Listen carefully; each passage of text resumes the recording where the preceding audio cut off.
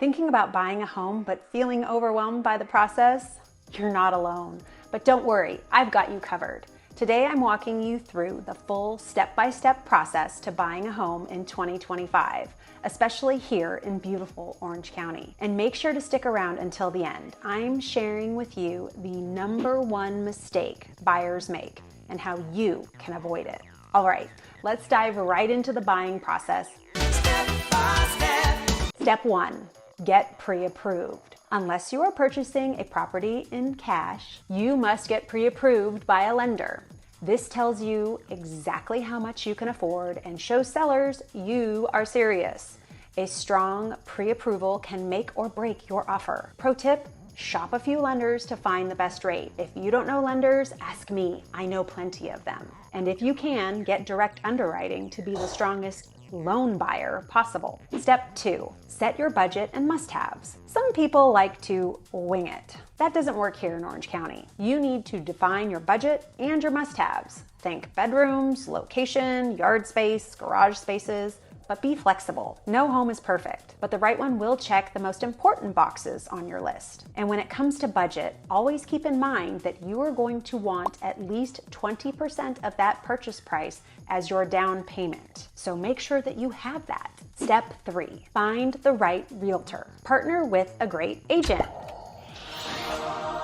to help you stay on budget and find the right property that meets your needs. Seriously. Having a knowledgeable expert in your corner saves you time, money, and stress. And once you've found a realtor you trust, there's one more important step: signing a buyer representation agreement. This agreement makes sure we're fully committed to working together and explains how agent compensation works, so that everything is clear and transparent from the start. The process has changed a bit in the past several months, and if you want a deeper explanation, I have a short video linked right up here.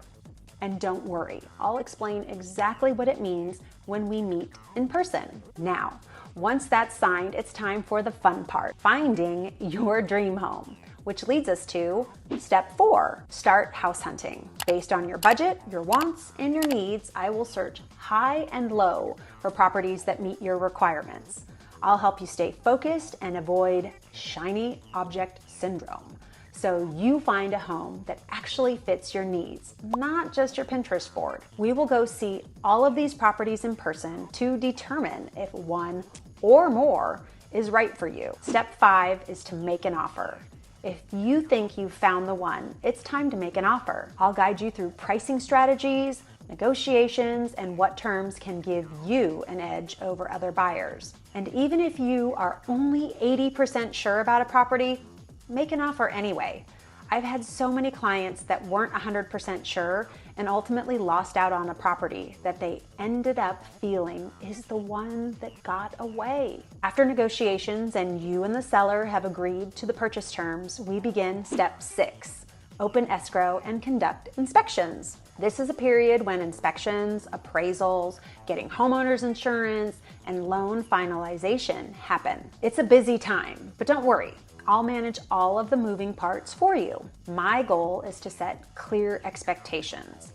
To help me accomplish that, I will also provide you a schedule with dates and times for every milestone that is part of the transaction. During this time, it is also critical that you don't make any purchases like buying a car or opening a credit card. Doing these types of things could affect your loan final approval. And by affect, I mean ruining your loan approval. So don't do it. At least 72 hours before escrow is set to close, you will need to sign a closing disclosure that includes line by line the fees, loan, and cash required to purchase the property.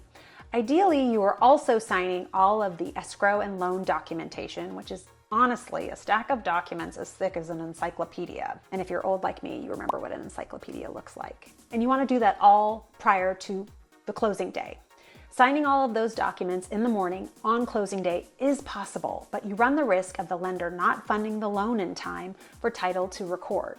So it is preferred for you to sign all of your documentation with the notary before closing day. Step 7 is closing day.